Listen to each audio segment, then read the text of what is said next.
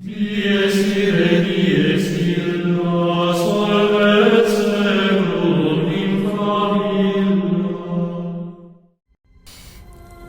Ang kwentong ito ay hango sa totoong buhay. Karanasan ito ng isa sa mga pinsan ng lola ko na saksakan ng yabang. Taong 1959, Johnston Company, Sirawai, Zamboanga del Norte. Itong mga panahong ito ay merong kalabang pinsan ang lola ko. Ayon sa kanya, saksakan daw talaga ito ng yabang. Kung may kilala kayong ubod ng hambog na tao, manliliit daw sa kayabangang taglay ng pinsan niyang ito. Wala daw itong sinasanto, maliban lang sa tatay at nanay niya. Tapos tuwing magsasalubong silang dalawa ng lola ko sa daanan, hindi daw magdadalawang isip na batukan siya nito. Kahit wala naman daw siyang ginagawa. Ganun to kayabang. Kaya isinumpa ito ng lola ko na sana daw ay makain siya ng aswang o di kaya ay matadyakan daw siya ng mga tumawo. Para sa mga hindi nakakaalam, ang salitang tumawo, ibig sabihin nun ay engkanto. Isang hapon daw nakipag-inuman ito sa mga barkada niya malapit sa dagat. Nung nalasing daw ito, lahat ng nakalatag na lambat doon ay pinagsisisira niya. Tapos yung mga huling isda sa lambat, pinakawalan niya lahat. Naging usap-usapan yun sa lugar nila. Halos lahat ng mga naglatag ng lambat doon ay galit na galit sa kanya at gustong gusto siyang patayin. Kaya ang ginawa ng mga magulang nito, pinadala siya sa tungawan. Kasama niyang pinadala sa tungawan yung kapatid niyang babae. Para kung sakasakali daw na gumawa ito ng kalokohan doon, merong magsusumbong sa kanila. Itong kapatid niyang babae na ito, sobrang close ng lola ko. Siya ang nagkwento ng lahat ng kalokohan ng kuya niya noong nasa tungawan sila.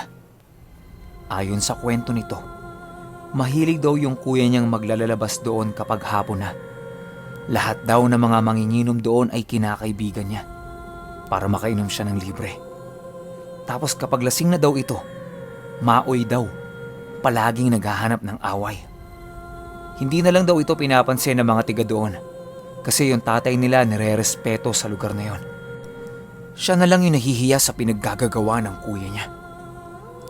Hanggang isang hapon, naimbitahan sila sa isang sayawan sa plaza. Silang dalawa yon ng kapatid niya. Sayaw dito, sayaw doon. Hala sige. Yung sayaw niya daw nakakatama na ng ibang tao. Partida, hindi pa siya lasing nun. Halos mabuisit daw yung mga nakakasabayan niyang magsayaw. Dahil sa sobrang ligalig nito, nakatama siya ng isang binatilyong nagsasayaw din. Nagkatitigan daw silang dalawa ng masama. At walang sabi-sabi, sinapak kaagad ito ng pinsan ng lola ko sa muka. Tumalsik ito sa mga nakahilerang bangko. Nung nasapak niya na ito, tawa daw ito ng tawa. At parang kinukutya niya pa yung nasapak niya. Lahat ng mga nagsasayaw biglang tumigil.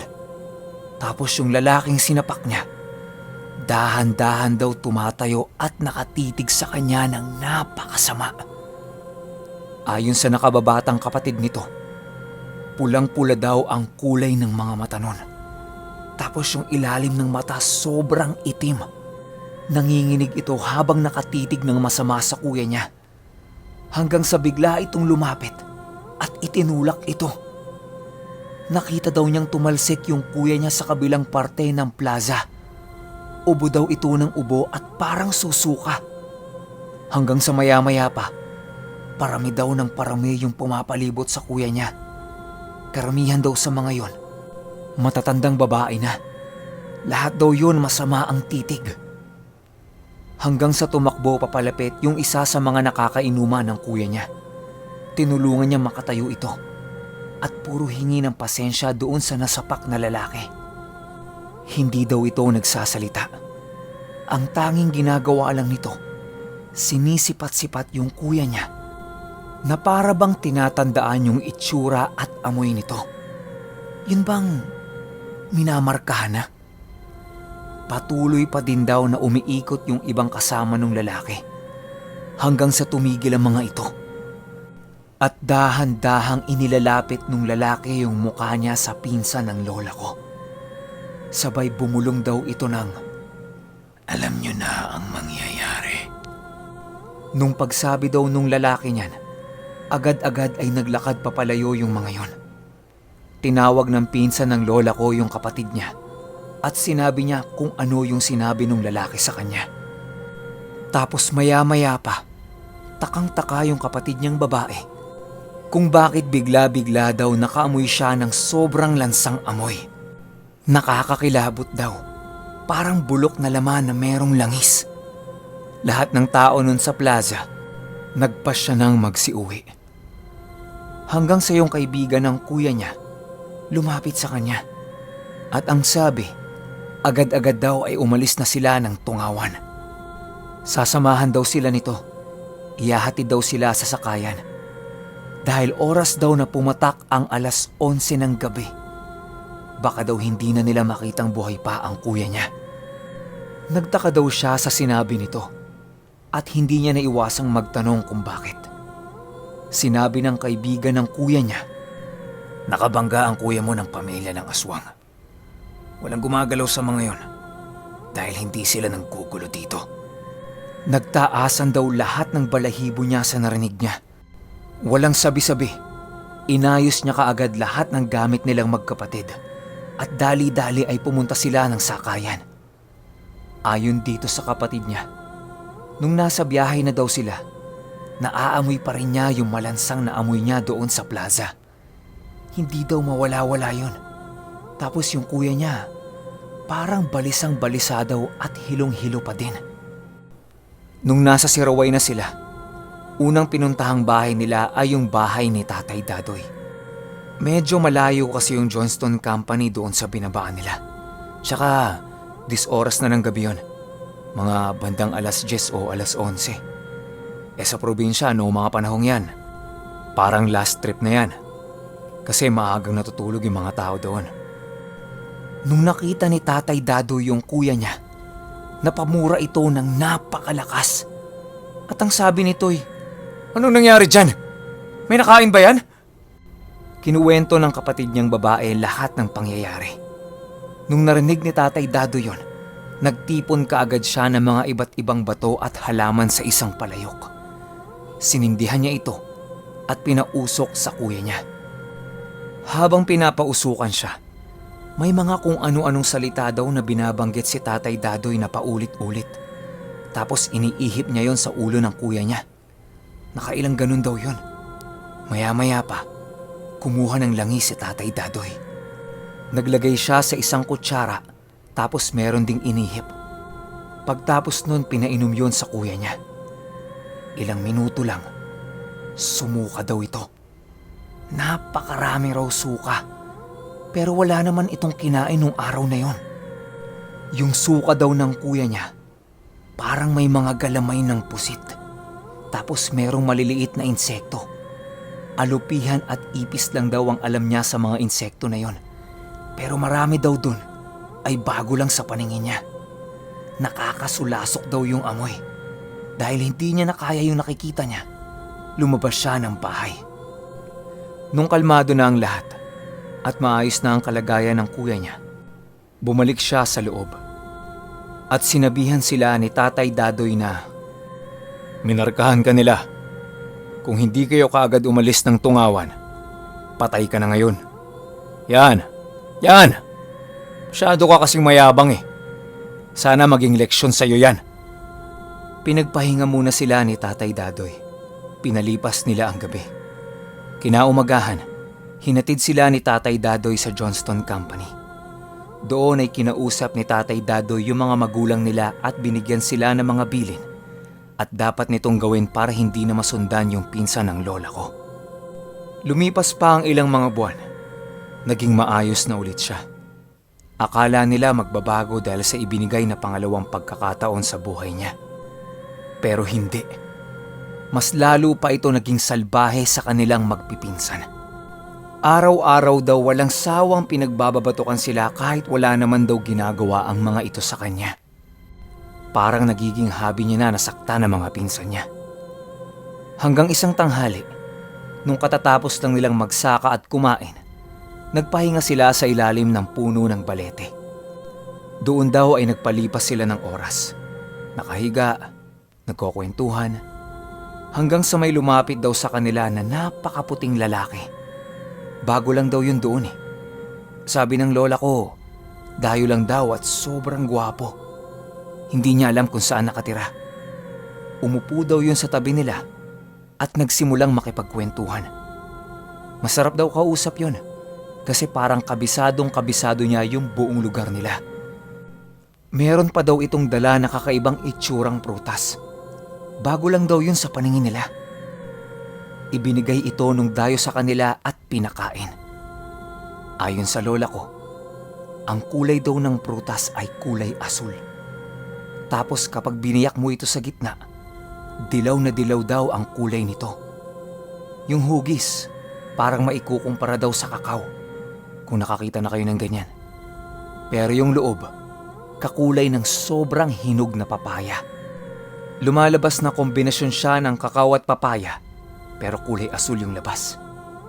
Nung tikman daw ng lola ko yun, hindi daw masukat ng isipan niya kung gaano ito kasarap.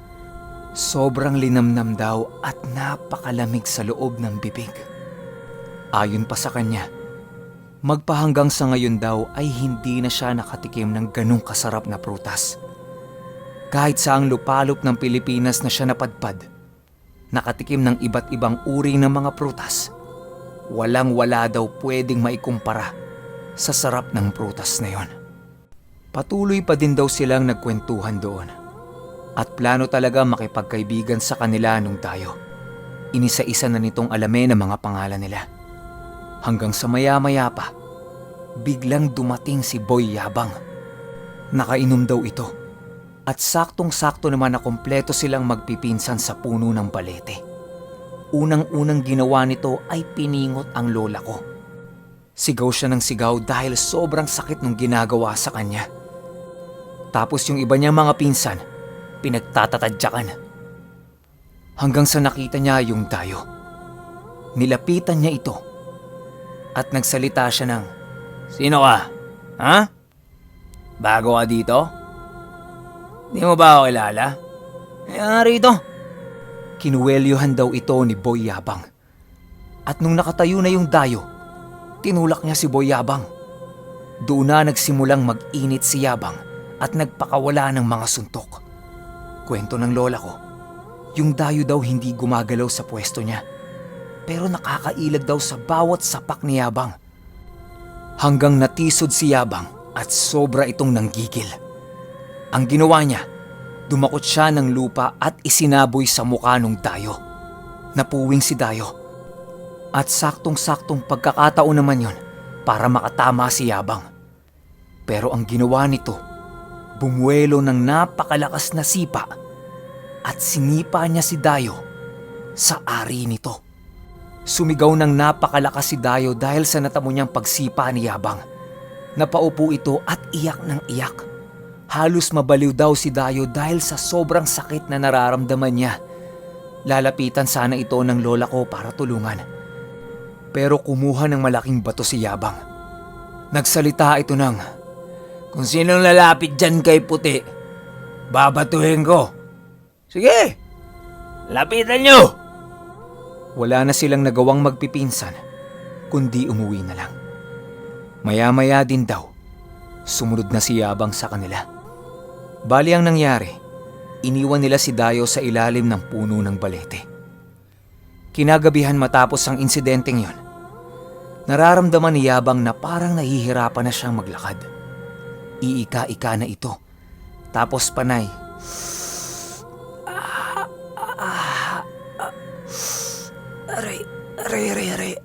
Aray ko. Puro ganyan daw ang naririnig ng lola ko kay Yabang. Biniro ito ng lola ko at tinanong siya kung mamamatay na raw ba siya. Nagalit ito at biglang tumayo sa kinauupuan niya. Pero pagtayo niya, bigla daw itong...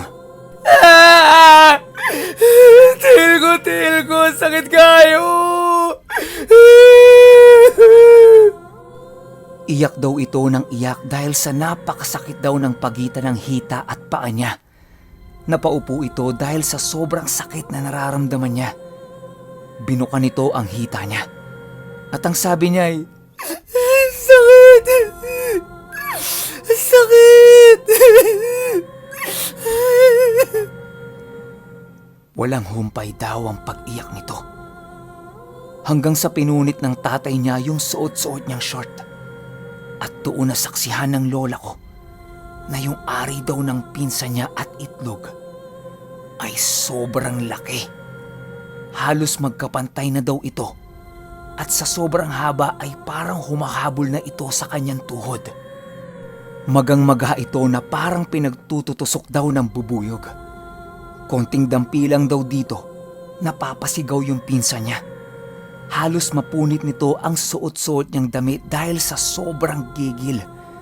Iyak ito ng iyak at sinasabihan silang wag na wag nilang hahawakan. Dahil kapag hinahawakan daw nila, pakiramdam niya parang pinupunit yung ari niya at itlog. Natataranta na yung mga magulang niya pero hindi nila alam ang gagawin. Masyado na ding gabi noon kung pupuntahan pa nila si Tatay Dadoy at Mamang. Kaya ang nangyari, lahat sila ay umalis sa kwarto maliban sa nanay nung pinsan niya. Pinapakalma niya ito hanggang sa makatulog. At kinaumagahan, tumakbo kaagad yung tatay niya para puntahan si Tatay Dadoy at si Mamang. Kinilabutan kayo, no? Maski ako Habang kinukwento ito ng lola ko sa akin, grabeng kilabot ang naramdaman ko. Lalo na yung narinig ko yung salitang, Mamang. Share ko lang. Balik tayo sa kwento. Unang nakarating sa bahay nila ay si Tatay Dadoy. Kasi malapit lang si Tatay Dadoy sa Johnston Company.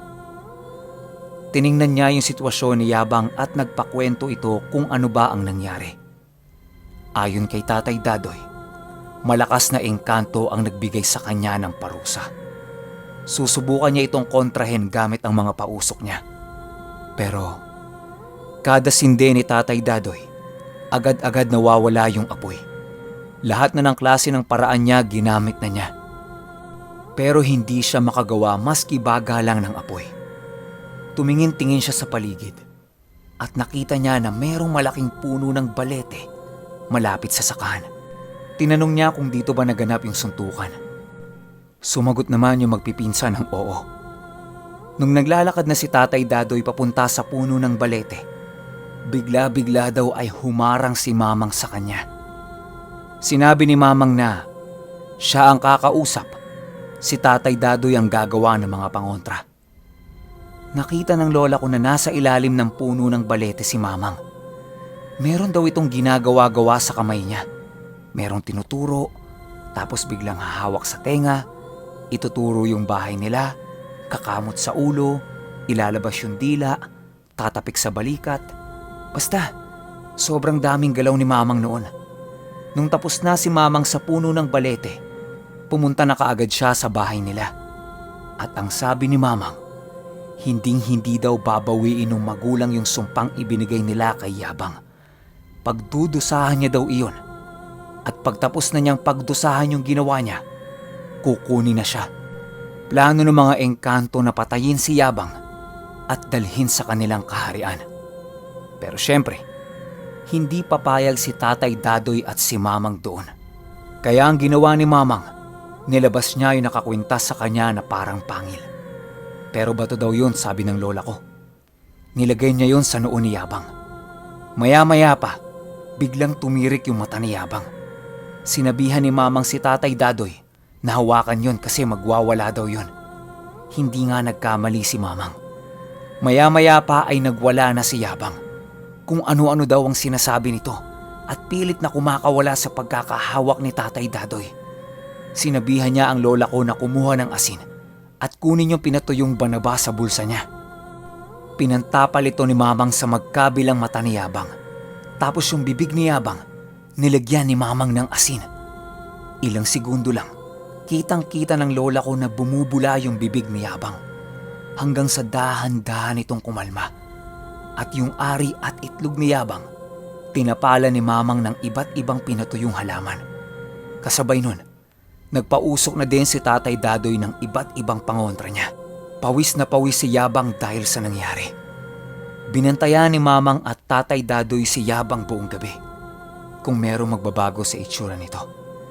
Kinaumagahan, unti-unti nang bumalik sa normal yung ari at itlog ni Yabang. Pero unti-unti itong pumapaya dahil sa nangyari sa kanya. Inalagaan pa rin ito ni Tatay Dadoy. Tapos nakikita ng lola ko si Mamang na tumatayo sa puno ng balete kapag 6:00 ng umaga. Meron daw itong daladalang iba't ibang mga prutas. Tapos parang meron daw kinakausap. Marami daw eh. Tumagal daw ng ilang linggo yung ganung gawain ni Mamang. Hanggang sa dahan-dahan nang bumalik yung sigla ni Yabang. Pero sa pagkakataong ito, sobrang laki na ng pinagbago sa ugali ni Yabang. Naging kalmado na daw ito. Hindi na umiinom. Tahimik na lang palagi at araw-araw na din itong tumutulong sa mga magulang niya. Naging maganda din daw ang pakikitungo nito sa mga pinsan niya. Pero ayon sa lola ko, isang tanghali daw meron siyang nakitang nakaupo sa puno ng balete. Tinitigan niya daw ito. At nung lumingon ito, nakita niya si Dayo yun. Pero pagkurap ng mga mata niya, bigla-biglang naging si Yabang yon. Ngumiti lang ito at kumaway sa lola ko. Duda nilang lahat. Yung nakasuntukan ni Yabang sa ilalim ng puno ng balete ay anak ng isang engkanto. Namatay ito at inilipat ang kaluluwa doon sa pinsan ng lola ko. Lahat ng yan ay pinagtagpi-tagpi at inalam mismo ni Mamang. Anong masasabi niyo dun sa prutas? Galing ba yun sa kaharian nila? Tsaka, grabe no? Doon sa Tungawan, marami pala talagang aswang doon. Minsan, alam na nilang aswang pero hindi nila ginagalaw. Kayo, may mga kamag-anak ba kayo sa Tungawan? Comment naman kayo. Ang hirap din kasi no? Yung pakiramdam mo sa sarili mo, kaya mo na lahat. Tapos hindi naman pala. Dapat wag ganun. Tsaka dapat sa lahat ng oras, kahit mahirap, mayaman o ano pa man yang kaharap mo, palagi mo itong irerespeto. Wag na wag sasayad sa isipan mo na angat ka. Dahil minsan, hindi mo alam kung ano yan nakakasalamuha mo. Malay mo isa na pala ang aswang o di kaya naman ay isang engkanto. Walang masama sa pagpapakumbaba. Anihin mo ang respeto ng iba sa pagpapakita mo din ng respeto sa kanila. Huwag masyadong mataas ang lipad. Kasi nasa paligid mo lang ang mga demonyo at nag-aabang sa pagbagsak mo.